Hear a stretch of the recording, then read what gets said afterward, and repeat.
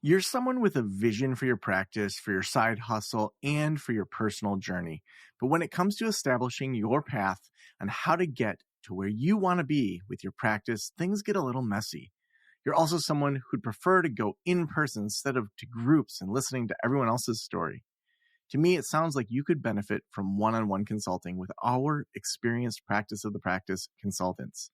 From $5.95 a month and up, you can work with a consultant that will give you more direction and practical tried and tested tips matched to you and your goals. For more information, visit practiceofthepractice.com/apply. Again, that's practiceofthepractice.com/apply.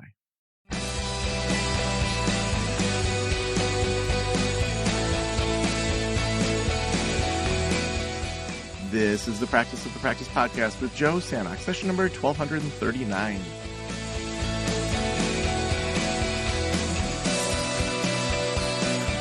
I'm Joe Sanok, your host, and welcome to the Practice of the Practice podcast. I am so excited to be hanging out with you today. We help you build a thriving private practice that you absolutely love. We want both sides of that. We want you to thrive, to do well, to make money, to attract your ideal client, but we want you to love it. There's so many ways to make money in the world. And, I remember the last 2 years of my private practice, I was down to 1 or 2 sessions a week running this group practice and doing more and more podcasting, more and more courses, consulting, then adding consultants to it and adding membership communities and doing masterminds and blah, blah, blah, all that stuff. And I was loving it. In the therapy world, I enjoyed my personal self-development, but I was never someone that's like, you know what I should read this weekend that sounds refreshing to me is like the Gottman's book. It's like, no, like that's good science, it's good stuff. But when I was done with counseling for the day, I never really wanted to pursue counseling, reading, or courses beyond that. And over time, I realized, it's not that I'm like anti-counseling. It's just that I really found interest in a lot of different areas. And over time, that didn't always gel with my practice, that I knew it was time to sell in 2019. And thank goodness Nicole Ball bought it. She was one of my therapists. She's taken mental wellness counseling to heights I never would have taken it to, because even though I knew what to do and I knew through the consulting, it wasn't where I felt called. It wasn't where I was feeling the energy, where I was excited.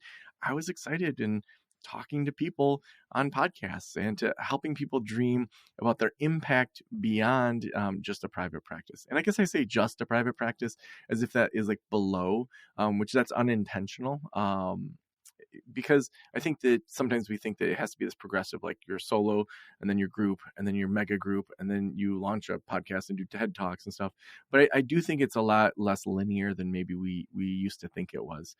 You can do these things. You can launch courses. You can launch intensives, as we've had guests on. You can try things, even just recently. I've been watching some TikToks and, just thinking, okay, I have a lot that I learned through my really crazy divorce and through becoming an unexpected single parent and through jumping into the dating world as a 40-something-year-old. There were some crazy things that happened during that time. And I'm like, I wonder if I just took some time and kind of brought those thoughts together and created just like a short, like 20-page Canva thing and tried to sell it on Gumroad and just to see if that's something I might enjoy. Sometimes we don't have to have a whole website, a whole podcast, a whole funnel to just give it a whirl. And so that's why I'm so excited today to talk about this with Annie Schuessler, who is a business coach and host of the podcast Rebel Therapist. With her Rebel Therapist program, she helps therapists, healers, and coaches make an impact beyond a traditional private practice. Annie, welcome back. Excited to chat with you today. How are you doing? I'm doing so good, especially after getting to hear more about your process. It's so fascinating. So I'm so excited to for talk to me, you. I'm a big spaghetti at the wall kind of person, at least initially. There's a time when you need a blueprint and stuff. But for me, I have things that I get super excited about. And then a week later, I'm like, I don't want to do that. Or, boy, that really does not sound as fun today. And so it's really important for me to take the time to see if something's a fit before I, build a whole website or a whole brand around something. And, that's just kind of how I've realized my brain operates. And when I'm ready to double down on something, I just will jump in and have the whole team help. But initially it's like, I don't even know if, in a week or two, I'm going to enjoy this. Yeah. Yeah, you got to experiment with it. And one of the big parts of that experiment is like, how does it feel in me? Yeah. Yeah. Well, I want to start with so how did you get into the space? I know we've talked about some of this before, but for those that are new to Annie, how did you get into the space of helping therapists go beyond their practices? Yes. So I was a therapist for a long time before I started being a business coach for therapists. And I started helping people with their private practices.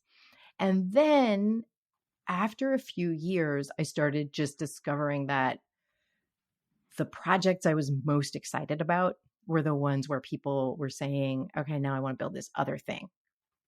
I want to like create a workshop. I want to create a retreat. I want to do something else besides private practice. And I was finding that I was so obsessed with working with people on those kinds of projects Yeah. that I just pivoted to 100% that kind of work. And part of that also is a love of simplicity that I really love doubling, tripling down on one thing and, creating a process around it. So that's been a joy. And then I get to work with people who are kind of outside the box thinkers, innovators, and who are kind of drawn to trying something different. And just like you, that does not mean it's better than a private practice.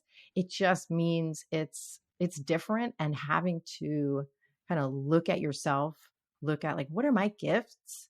What do I feel most drawn to doing? And creating something from there. Like, I just find that such a juicy process. Mm. Yeah, I love it.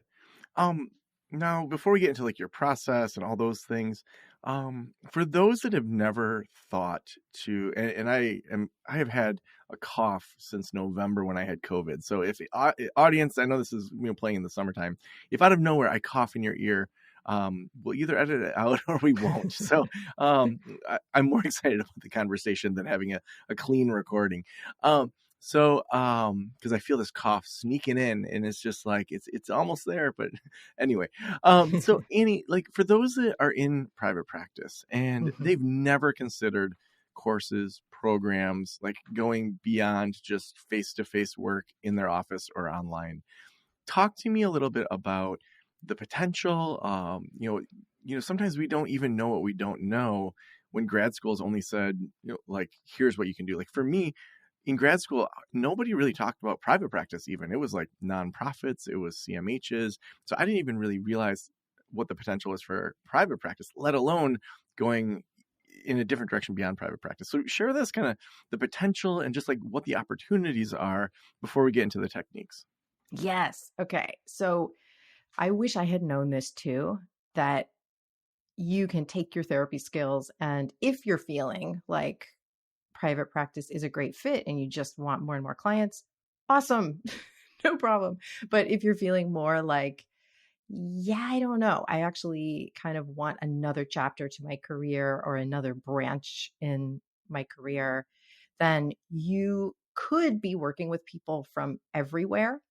So that's one really big option that comes in when you start moving beyond what you're doing under your license. You use your education and your experience and your reputation, and you put it towards some kind of program like a workshop, a retreat, a group coaching program, something where you pick a niche that you're really fired up about, where you're solving a particular problem for a particular group of people.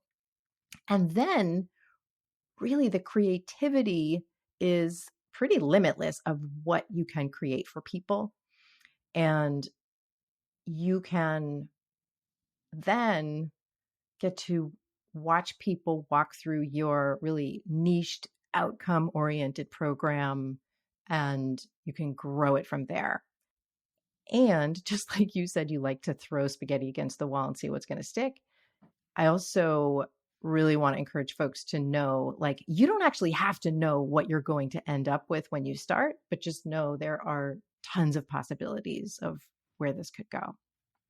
Yeah. It's interesting because we have this program we did for a while, and we haven't really pushed it, called Audience Building Academy, with Hmm. the idea that it's really hard to just say, at least from our perspective, and maybe you think about this differently, that if you spend all this time creating a course, creating a program, creating a intensive, whatever it is, Hmm. we're really good at thinking through things. We're good at looking at research. We're, most therapists, maybe worked at nonprofits and created programs. And so it's not hard to, go down that rabbit hole of saying, oh my gosh, if I did something on anxiety for divorced men that were cheated on and this, it could have this and this. And then I've built out this whole program in my head. And next thing you know, I've hired a videographer for $2,000. And now I have a No, website designer. no. And it's just like, I have no idea if anyone's going to even buy this. And so Yeah, we've no. found that we've got a process where we kind of engage the audience in, what we call the 3 Ps. And so first, like, what's the pain?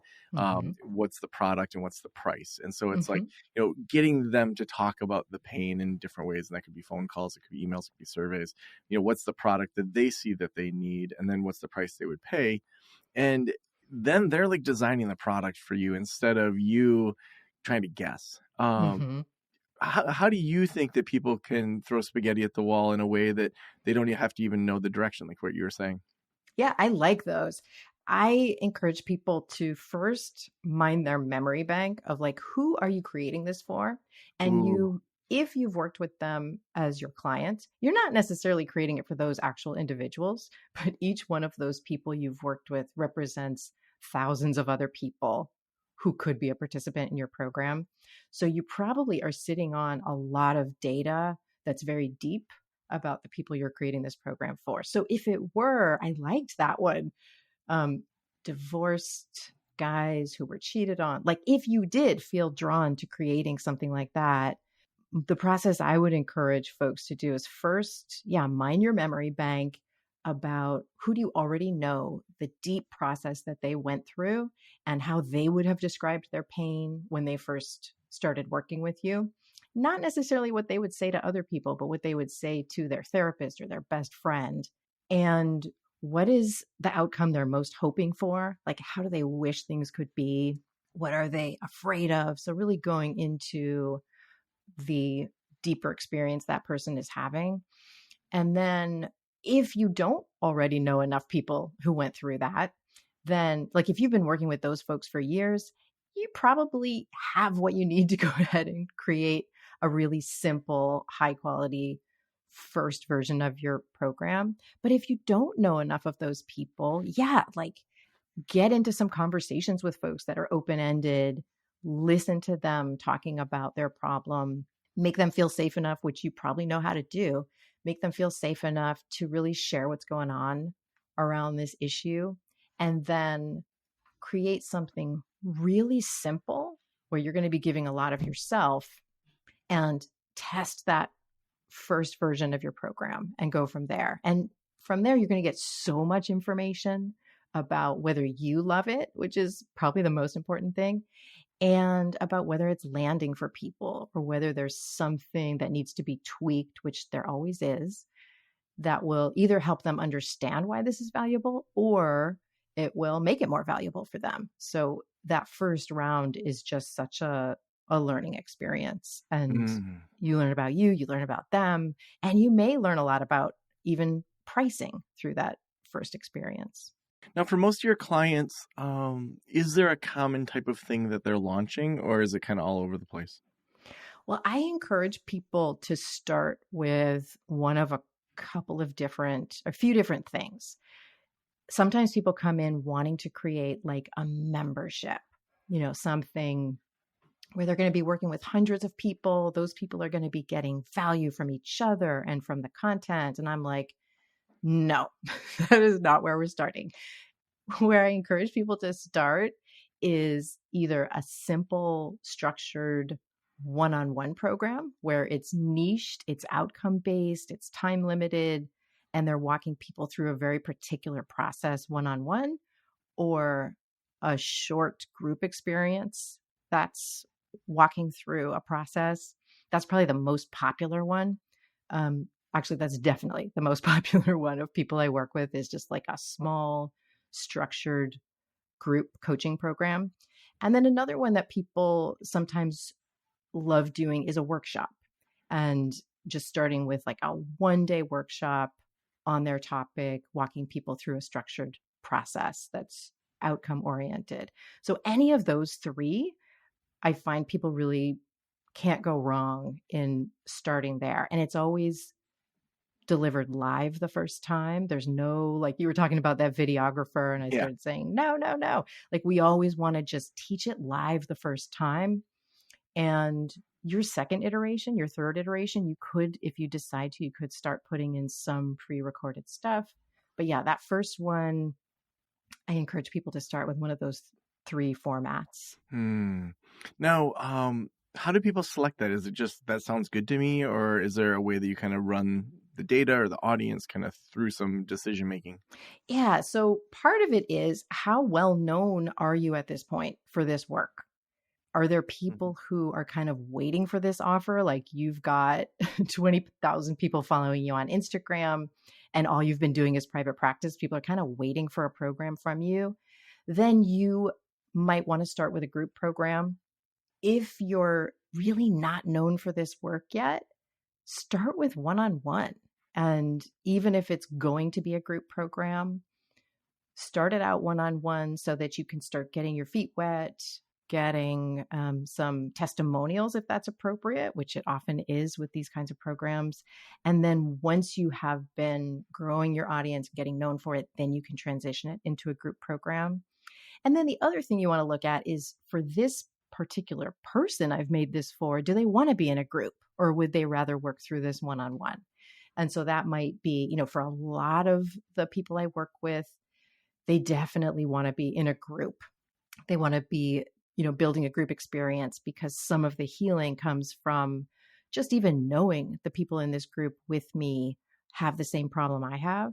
But there are some niches where people actually don't want to be in a group. They're going to want to be one on one. So, like, if your specialty is CEOs, they might actually prefer to work through a one on one program with you. So, it's also attuning and listening to what they're looking for.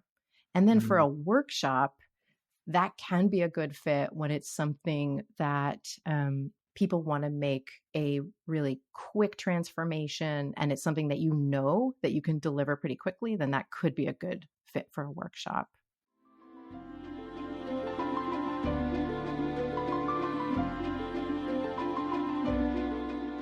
Listen, I didn't take insurance in my counseling practice because I had no idea how to handle it.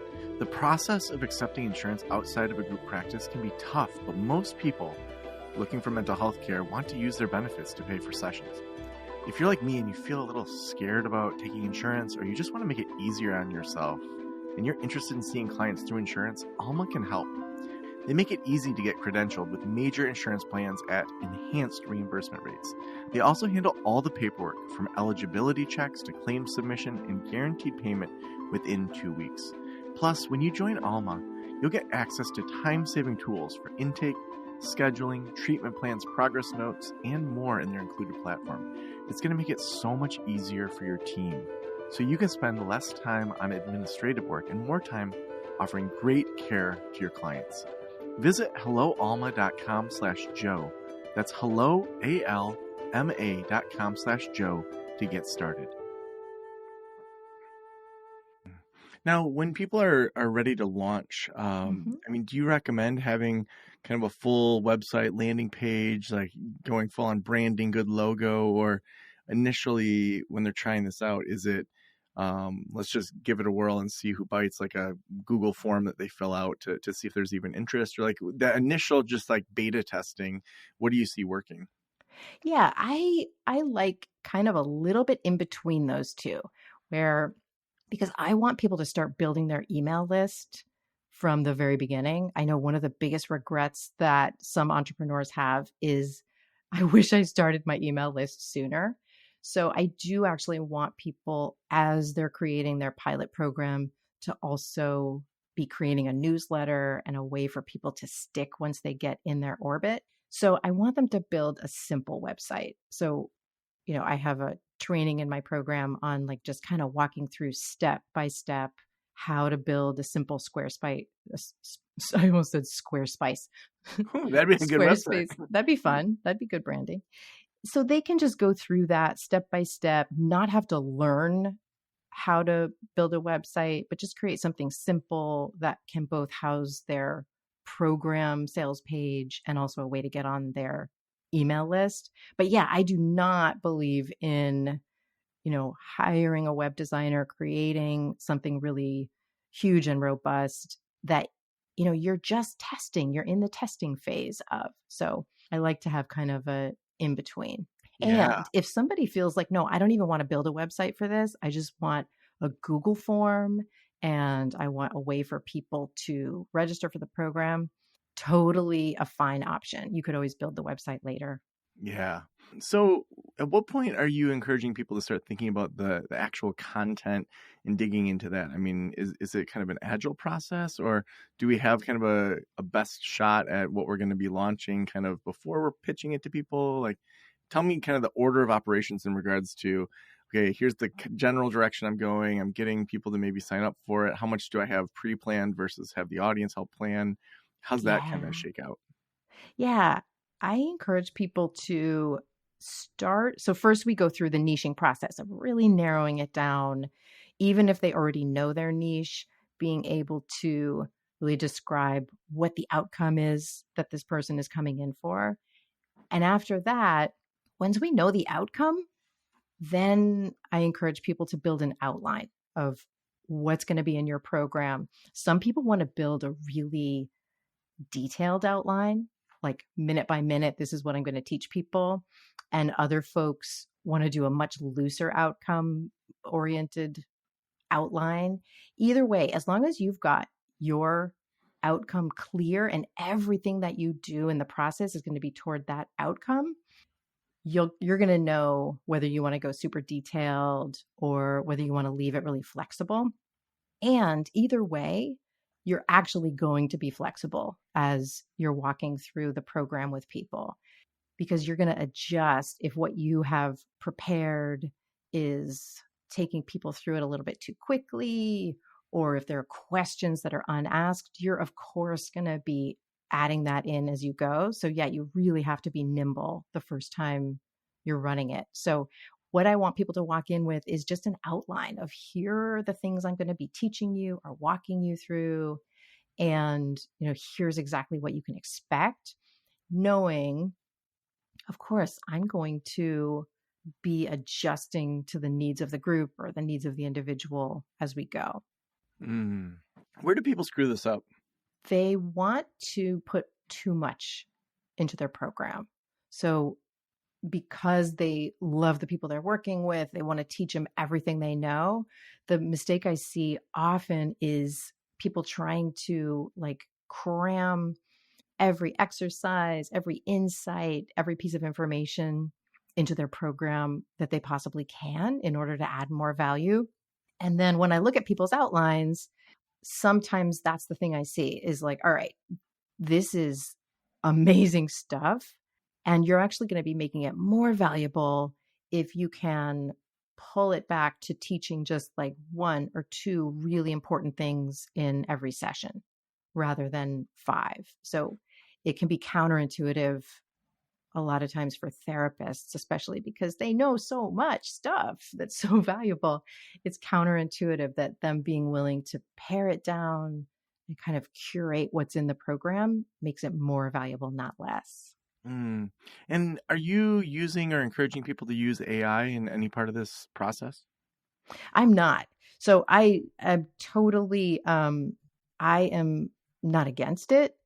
And at this stage, I want people to be creating this from what they're hearing directly from people.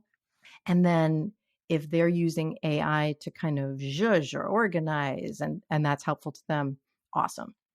But it's Yeah. a process of really, I think the thing that feels important to me right now is like, what can you do that AI actually cannot? And so to Yes. really lean into that part of it. And then if AI helps you zhuzh it up, awesome.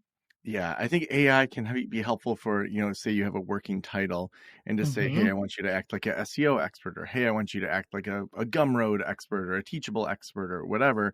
Like, what do you notice from this? And oh, that's a clear title or it's an unclear title, or, it can help in those areas. But yeah, you're Mm-hmm. right. Like people can go on ChatGPT and kind of design their own course almost now for themselves, even just the other day, given our just political situation, I, asked AI to evaluate Martin Luther King, Gandhi, Cesar Chavez, to look at them and the way that they had nonviolent protest, and to basically write me an ebook to teach me more about creative techniques and ways to think about it and why it works.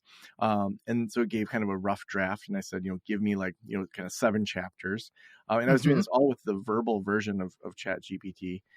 So I literally was driving around. It was like I was just like talking to a friend, which I'm not saying that the AI is my friend. That's getting a little creepy there. But and I said, okay, I like the creative examples from history that you're pulling in. Can you do more of that? And Mm-hmm. then within 20 minutes, I had a full basically podcast for myself about nonviolent resistance when powers have shifted. And for me, that was really helpful. And so I do think that thinking about how the access to just information is so broad now, and Mm-hmm. it's more what is your exactly what you're saying. What is your creative element that you're adding to this that the AI can't do? Your Yeah. storytelling, your unique angle, the way that you push into things, or that organically change people's minds in the way they view themselves, whatever your thing is.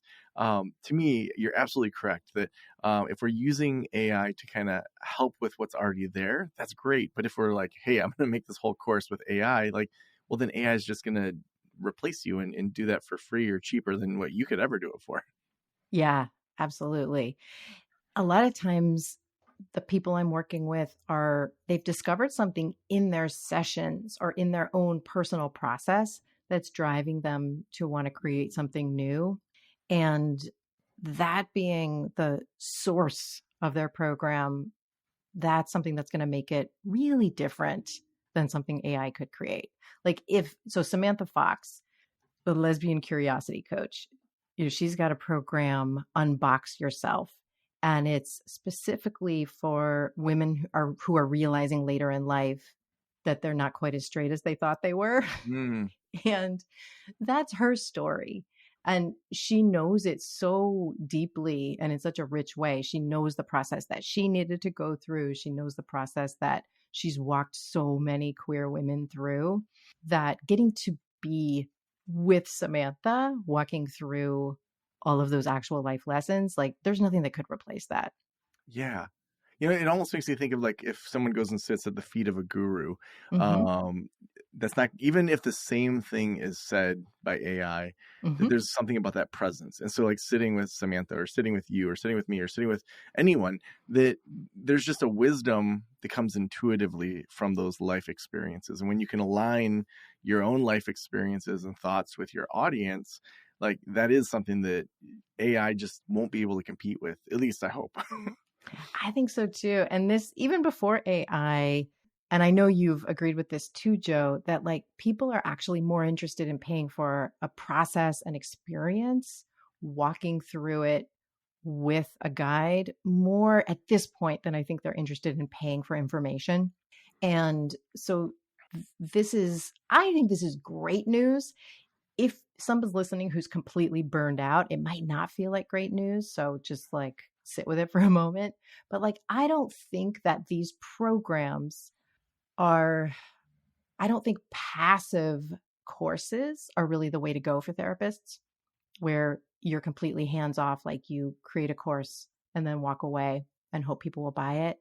I really love helping people create things where they are actually leading the people through it, that they're actually showing up live, answering people's questions, coaching people through the rough spots. I think those are the programs that people are always going to find valuable. Yeah, yeah.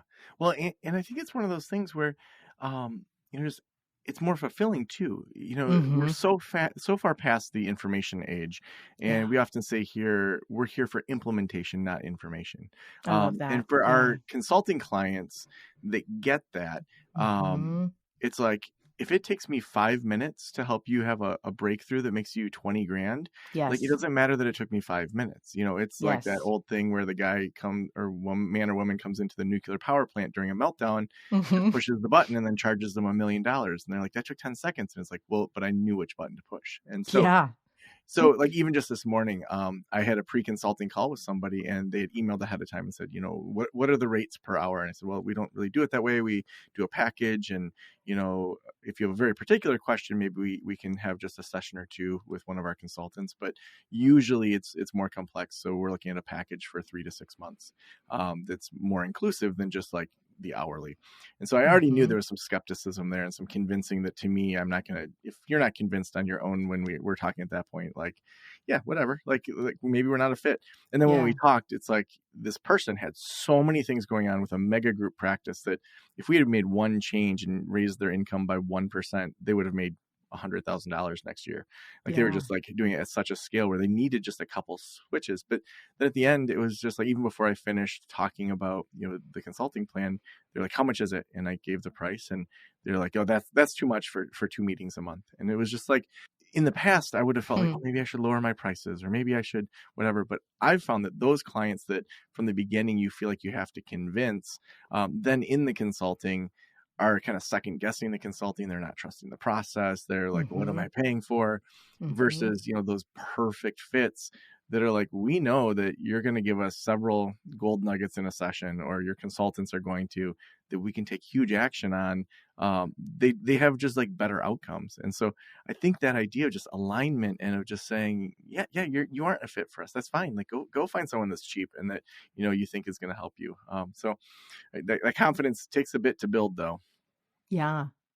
I think it can help sometimes to think about your own experience as being a participant in some kind of really life-changing workshop or program, and thinking about like, well, where was the value for me?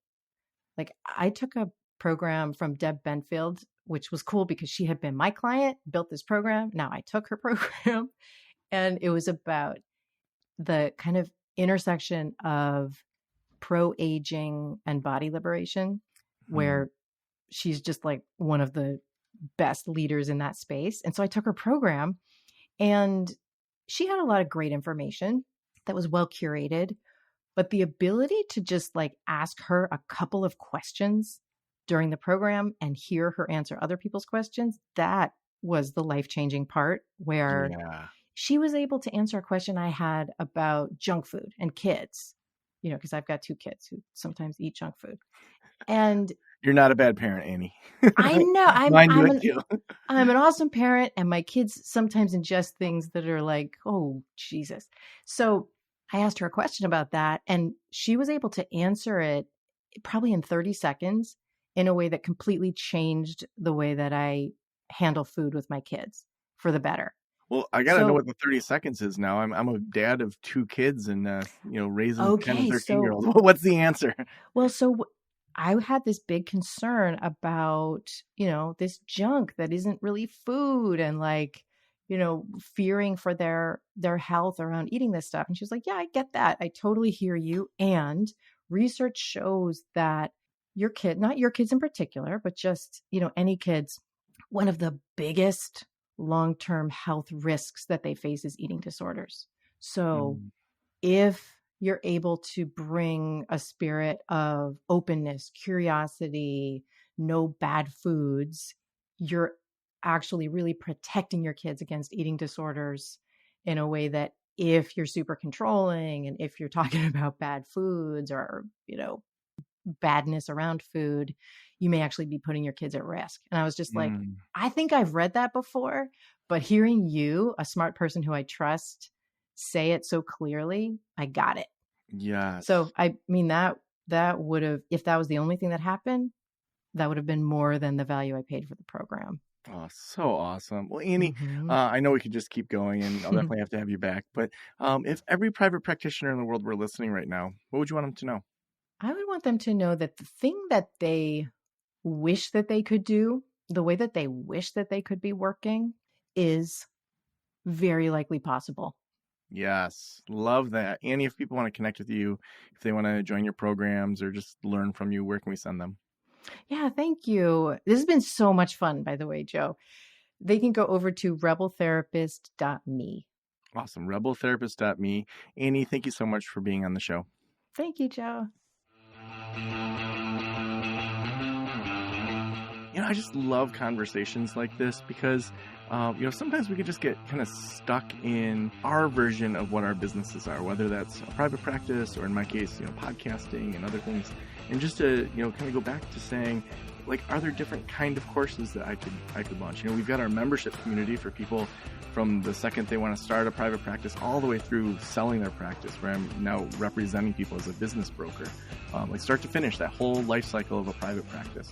But maybe there's small micro things that I could offer, or maybe even content that we've already created professionally for our membership that we could spin off into just its own course. So really excited to take what Annie was talking about today and be like, how do we test some of that? How do we try some of that? Because I think that, our team really could do some more in those different areas. Thank you so much to Alma for being our sponsor today. I wish Alma had been around when I had my private practice. I had no idea what I was doing. That's why I didn't take insurance. But if Alma had been there, I would have. And there's no reason that as a clinician, you should be spending hours on paperwork to bill for insurance, or not knowing for sure that you'll get reimbursed for sessions with your clients. If you're interested in seeing clients through insurance, but don't want to navigate the process and paperwork on your own, Alma can help.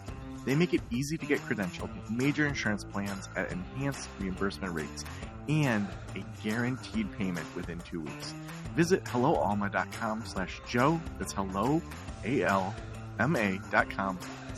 to get started. Thank you so much for letting me into your ears and into your brain. Have a great day. We'll talk to you soon. Special thanks to the band Silence is Sexy for that intro music, and this podcast is designed to provide accurate and authoritative information in regard to the subject matter covered. It is given with the understanding that neither the host, the producers, the publishers, or guests are rendering legal, accounting, clinical, or other professional information. If you want a professional, you should find one.